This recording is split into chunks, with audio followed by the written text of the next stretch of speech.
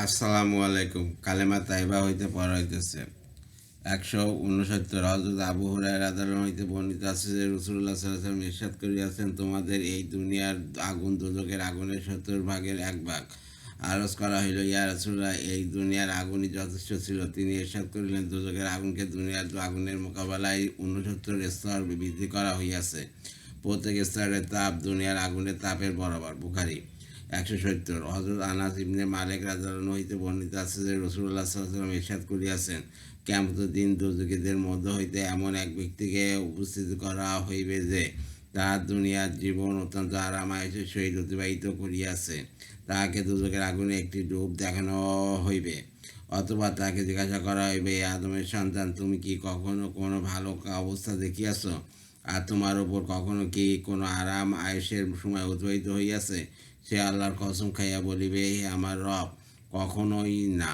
এমনইভাবে জান্নাতের মধ্য হইতে এমন এক ব্যক্তিকে উপস্থিত করা হইবে যাহার জীবন সবচেয়ে বেশি কষ্টের মধ্যে কাটিয়াছে। তাহাকে জান্নাতের মধ্যে একটি ডুব দেওয়ানো হইবে। অথবা তাকে জিজ্ঞাসা করা হবে, হে আদমের সন্তান, তুমি কি কখনো কোনো কষ্ট দেখিয়াছ? তোমার উপর কি কখনো কোনো কষ্টকর সময় অতিবাহিত হইয়াছে? সে আল্লাহর কসম খাইয়া বলিল, হে আমার রব, কখনো না। কখনো কোনো কষ্ট আমার উপর অতিবাহিত হয় নাই, আর আমি কখনো কোনো কষ্ট দেখি নাই। মুসলিম ১৭১। হযরত সামুরা ইবনে জুনদাব রাদিয়াল্লাহু হইতে বর্ণিত আছে যে রাসূলুল্লাহ সাল্লাল্লাহু আলাইহি ওয়াসাল্লাম ইরশাদ করিয়াছেন, কোনো দোজখে আগুন তাদের পায়ের গিট পর্যন্ত পাকড়াও করিবে, যার কারোর হাঁটু পর্যন্ত পাকড়াও করিবে, কারোর কোমর পর্যন্ত পাকড়াও করিবে, কারোর হাঁসুলি গলার নিচে হাড় পর্যন্ত পাকড়াও করিবে। মুসলিম হযরত ইবনে আব্বাস রাদিয়াল্লাহু হইতে বর্ণিত আছে যে রাসূলুল্লাহ সাল্লাল্লাহু আলাইহি ওয়াসাল্লাম এই আয়াত তেলাওয়াত করিলেন, অর্থাৎ আল্লাহ তাআলাকে ভয় করিতে থাকো, যেরূপ তাহাকে ভয় করার হক রহিয়াছে, আর পরিপূর্ণ ইসলামের উপর মৃত্যুবরণ করিবে। আর রাসূলুল্লাহ সাল্লাল্লাহু আলাইহি ওয়াসাল্লাম আল্লাহ তাআলা ও তার আযাবকে ভয় করার উপর বয়ান করিলেন যে জাকুমের একটা ফোঁটা যদি দুনিয়াতে পড়ে, তাহলে দুনিয়াবাসীদের জীবন ধারণের সকল উপকরণ ধ্বংস করিয়া দিবে। সুতরাং ওই ব্যক্তির কি অবস্থা হইবে যার একমাত্র খাবারই জাকুম হইবে। জাকুম জাহান্নামের সৃষ্ট একটি গাছ। তিরমিজি ১৭৩। হযরত আবু হুরায়রা রাদিয়াল্লাহু হইতে বর্ণিত আছে যে রাসূলুল্লাহ সাল্লাল্লাহু আলাইহি ওয়াসাল্লাম ইরশাদ করিয়াছেন, যখন আল্লাহ তাআলা জান্নাতকে সৃষ্টি করিলেন, তখন জিবরাইল আলাইহিস সালামকে বললেন, যাও জান্নাতে দেখো। তিনি যায়া দেখিলেন, তারপর ফিরে আসিয়া আল্লাহ তাআলার নিকট আরজ করেন, হে আমার রব, আপনার ইজ্জতের কসম, যে কেউ এই জান্নাতের অবস্থা শুনিবে সে অবশ্যই উহাতে দাখিল হইবে, অর্থাৎ জান্নাতে পৌঁছাবার পুরোপুরি চেষ্টা করিবে। অথবা আল্লাহ তাআলা উহাকে কষ্টদায়ক জিনিস দ্বারা ঘিরিয়া দিলেন, অর্থাৎ শরীয়তের হুকুমের পাকবন্দি লাগাইয়া দিলেন, যার উপর আমল করা নফসের জন্য কষ্টকর। অথবা বলিলেন, হে জিবরাইল, এখন যাইয়া দেখো। সুতরাং তিনি যাইয়া দেখিলেন, ফিরে আসিয়া আরজ করিলেন, হে আমার রব, আপনার ইজ্জতের কসম, এখন তো আমার ভয় হইতেছে যে উহাতে কেউ যাইতে পারিবে না। অথবা আল্লাহ তাআলা যখন জাহান্নাম সৃষ্টি করিলেন, তখন জিবরাইল আলাইহিস সালামকে বলিলেন, জিবরাইল, যাও জাহান্নাম দেখো। তিনি যাইয়া দেখিলেন, ফিরে আসিয়া আরজ করিলেন, হে আমার রব, আপনার ইজ্জতের কসম, যে কেউ উহার অবস্থা শুনিয়া উহাতে প্রবেশ করা হইতে বাঁচিবে, অর্থাৎ বাঁচিবার জন্য পুরোপুরি চেষ্টা করিবে। অথবা আল্লাহ তাআলা দুজককে নফসের খায়েশ দ্বারা ঘিরিয়া দিলেন। পুনরায় বললেন, জিবরাইল, এখন যাইয়া দেখো। তিনি যাইয়া দেখিলেন, ফিরে আসিয়া আরজ করেন, ইয়া আমার রব, আপনার ইজ্জতের কসম, আপনার উচ্চমর্যাদার কসম, এখন তো আমার ভয় হইতেছে যে কেউ জাহান্নামে প্রবেশ করিতে বাঁচিতে পারিবে না। আবু দাউদ। আল্লাহ তাআলার হুকুম পালনের সফলতা।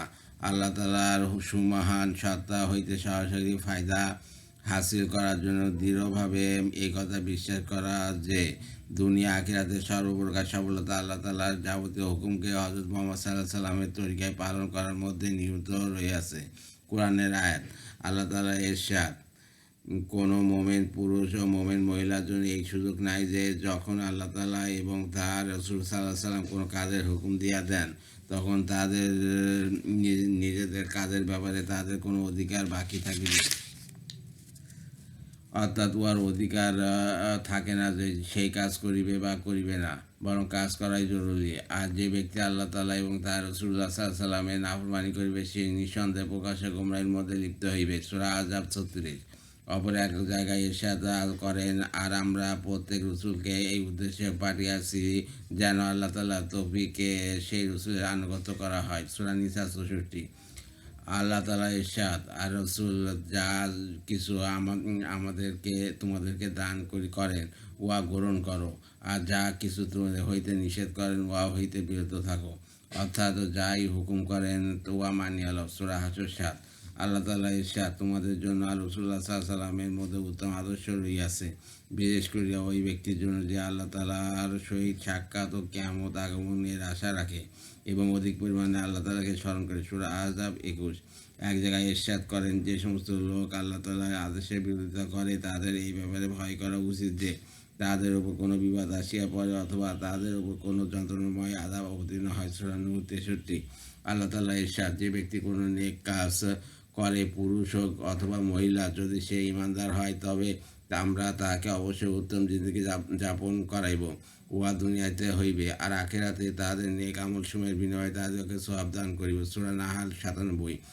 এক জায়গায় ইরশাদ করিয়াছেন, আর যে ব্যক্তি আল্লাহ এবং তার রাসূলের কথা মানিল সে বড় সফলতা লাভ করিল। সূরা আহজাব ৭১। আল্লাহ তাআলা আপন রাসূল সাল্লাল্লাহু আলাইহি ওয়াসাল্লামকে ইরশাদ করিয়াছেন, আপনি বলিয়া দিন, যদি তোমরা আল্লাহ তাআলাকে ভালোবাসো তবে তোমরা আমার ফরমানদারি করো, আল্লাহ তাআলা তোমাদেরকে ভালোবাসিবেন এবং তোমাদের গুনাহসমূহ ক্ষমা করিয়া দেবেন, আর আল্লাহ তাআলা বড় ক্ষমাশীল ও দয়ালু। সূরা আল ইমরান ৩১। এক জায়গায় ইরশাদ করিয়াছেন, নিঃসন্দেহে যে সকল লোক ঈমান আনিয়াছে এবং তারা নেক আমল করিয়াছে আল্লাহ তাআলা তাদের জন্য সৃষ্টির অন্তরে মহব্বত পয়দা করিয়া দিবেন। সূরা মুরাইম ৯৬। আল্লাহ তাআলা ইরশাদ, আর যে ব্যক্তি নেক কাজ করিবে এবং সে ঈমানও রাখিবে সে তার আমলে পরিপূর্ণ প্রতিদান পাইবে, আর না তাহার কোনো জুলুমের ভয় থাকিবে, আর না তাহার হক নষ্ট হওয়ার, অর্থাৎ না এমন হইবে না যে গুনাহ না করা সত্ত্বেও লিখিয়া দেওয়া হইবে, আর না কোনো নেকি কম লিখিয়া হক নষ্ট করা হইবে। সূরা তাহা ১১২। এক জায়গায় ইরশাদ করিয়াছেন, আর যে ব্যক্তি আল্লাহ তাআলাকে ভয় করে এবং আল্লাহ তাআলা সকল মুশরিক হইতে কোনো না কোনো পথ বাহির করিয়া দেন এবং এমন জায়গা হইতে রুজি পৌঁছায় দেন যেখান থেকে সে কল্পনা করে না। সূরা তালাক ২০২-৩। আল্লাহ তাআলা ইরশাদ, তাহারা কি দেখে নাই যে আমরা তাদের পূর্বেই কতই না এমন জাতিকে ধ্বংস করিয়া দিয়েছি যাদেরকে আমরা দুনিয়াতে এমন শক্তি দান করিয়াছিলাম যে শক্তি তোমাদেরকে দান করি নাই, শারীরিক শক্তি, সম্পদের প্রাচুর্য, জনবল, মর্যাদা, দীর্ঘায়ু, শাসন ক্ষমতা ইত্যাদি, আর আমরা তাদের উপর প্রচুর বৃষ্টি বর্ষণ করিয়াছি, আমরা তাদের ক্ষেত ও বাগানের তলাশে নহরসমূহ প্রবাহিত করিয়াছি, অথবা এইসব এত সব শক্তি ও সম্পদ সত্ত্বেও আমরা তাদেরকে তাদের গুনার কারণে ধ্বংস করিয়া দিয়াছি, আর তাদের পর তাদের স্থান অন্য সম্প্রদায় সৃষ্টি করিয়া দিয়াছি। সূরা আনাম ৬। আল্লাহ তাআলা ইরশাদ, ধন সম্পদ ও সন্তান সন্ততি তো ক্ষণস্থায়ী, দুনিয়ার জিন্দেগি শোভা এবং চিরস্থায়ী নেক আমলসমূহ আপনার প্রতিপালকের নিকট অর্থাৎ আখিরাতের প্রতিদান হিসাবে ও হাজার গুণে উত্তম, আশা আকাঙ্ক্ষার দিক দিয়েও হাজার গুণে উত্তম, অর্থাৎ নেক আমলের ওপর যে আশা করা হয় উহা আখিরাতে পূর্ণ হইবে এবং আশার চেয়েও বেশি প্রতিদান মিলিবে, পক্ষান্তরে ধন সম্পদ দ্বারা আশা আকাঙ্ক্ষা পূর্ণ হয় না। সূরা কাহফ ৪৬। এক জায়গায় ইরশাদ করিয়াছেন, দুনিয়াতে যাহা কিছু তোমাদের নিকট আছে উহা একদিন শেষ হইয়া যাইবে, আর যে আমল তোমরা আল্লাহ তাআলার নিকট পাঠিয়া দিবে উহা সবসময় বাকি থাকিবে, আর যারা ধৈর্য ধারণ করিয়াছে আমরা তাদেরকে তাদের আমলের উত্তম প্রতিদান দান করিব। সূরা নাহাল। এক জায়গায় ইরশাদ করিয়াছেন, এবং দুনিয়াতে যাহা কিছু তোমাদেরকে দেওয়া হইয়াছে উহা তো খুব শুধু ক্ষণস্থায়ী দুনিয়ার জীবন যাপনের আসবার এবং এখনকার ক্ষণস্থায়ী জাঁকজমক মাত্র, আর যা কিছু আল্লাহ তাআলার নিকট রইয়াছে উহা উত্তম এবং চিরস্থায়ী। তোমরা কি এই সাধারণ কথাও বোঝো না? সূরা কাসাস ৬০। হাদিস শরীফ ১৭৪। হযরত আবু হুরায়রা রাদিয়াল্লাহু আনহু বর্ণনা করেন যে রাসূলুল্লাহ সাল্লাল্লাহু আলাইহি ওয়াসাল্লাম ইরশাদ করিয়াছেন, ৭টি জিনিস আসার পূর্বে নেক আমলের উপর ধাবিত হও।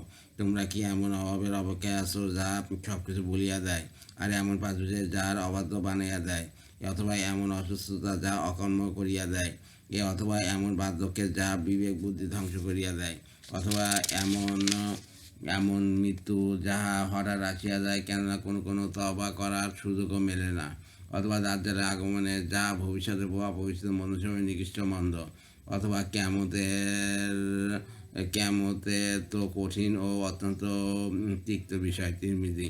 ফায়দা: উপরোক্ত হাদিসের উদ্দেশ্য হইল বর্ণিত ৭টি জিনিসের মধ্য হইতে কোন একটি আসিয়া যাওয়ার আখিরাতের প্রস্তুতি লওয়া চাই, এমন যেন না হয় যে উপরোক্ত বাধাসমূহের মধ্য হইতে কোনো বাধা আসিয়া যায় যাহাতে মানুষ নেক আমল হইতে বঞ্চিত হইয়া যায়। ১৯৫ হযরত আনাস ইবনে মালিক রাদিয়াল্লাহু আনহু বর্ণনা করেন যে রাসূলুল্লাহ সাল্লাল্লাহু আলাইহি সাল্লাম ইরশাদ করিয়াছেন, তিনটি জিনিস মৃত ব্যক্তির সহিত যায়, দুইটি জিনিস ফিরিয়া আসে, আর একটি জিনিস সাথে থাকিয়া যায়, পরিবার পরিজন সম্পদ এবং আমল সঙ্গে যায়, অতঃপর পরিবারজন এবং সম্পদ ফিরিয়া আসে আর আমল সঙ্গে থাকিয়া যায়। মুসলিম 196। হযরত আমর রাদিয়াল্লাহু হইতে বর্ণিত আছে, রাসূলুল্লাহ সাল্লাল্লাহু আলাইহি সাল্লাম একদিন খুতবা দিলেন। উহাতে ইরশাদ করিলেন, মনোযোগ সহকারে শোনো। দুনিয়া একটি সাময়িক পণ্য বিশেষ, উহার কোনো মূল্য নাই, অতএব উহার মধ্যে ভালো মন্দ সকলের অংশ রহিয়াছে এবং সকলে উহা হইতে ভোগ করে। নিঃসন্দেহে আখিরাত একটি বাস্তব সত্য, যা নির্দিষ্ট সময় আসিবে এবং উহাতে একটি শক্তিশালী বাদশা ফয়সালা করিবেন। মনোযোগ সহকারে শোনো। সকল প্রকার কল্যাণকার বিষয় জান্নাতের মধ্যে রহিয়াছে, আর সকল প্রকার মন্দ বিষয় জাহান্নামের মধ্যে রহিয়াছে। উত্তম রূপে বুঝিয়া লও, যাহা কিছু করো আল্লাহ তাআলাকে ভয় করিয়া করো। আরও বুঝিয়া লও, তোমাদেরকে নিজ নিজ আমলের সহিত আল্লাহ তাআলার দরবারে হাজির করা হইবে। যে ব্যক্তি ভালো কণা পরিমাণ কোনো নেকি করিয়া থাকিবে, সে উহাও দেখিতে পাইবে, আর যে ব্যক্তি ভালো কণা পরিমাণ মন্দ করিয়া থাকিবে, সে উহাও দেখিতে পাইবে। মুসনাদে সাফি। এই পর্যন্ত পড়া হলো মুনতাকাব হাদিস থেকে। আপনারা মুনতাকাব হাদিসের কালমা তাইবা থেকে পড়া হয়েছে। আপনারা সবাই ভালো থাকবেন, সুস্থ থাকবেন। আর রিপোর্ট করা হচ্ছে আমার ইউটিউব চ্যানেল, ওইটাকে আপনারা সাবস্ক্রাইব করবেন, লাইক কমেন্ট শেয়ার দেবেন। আমার ভিডিওতে বেশি থেকে বেশি এতে আমি উৎসাহিত হই।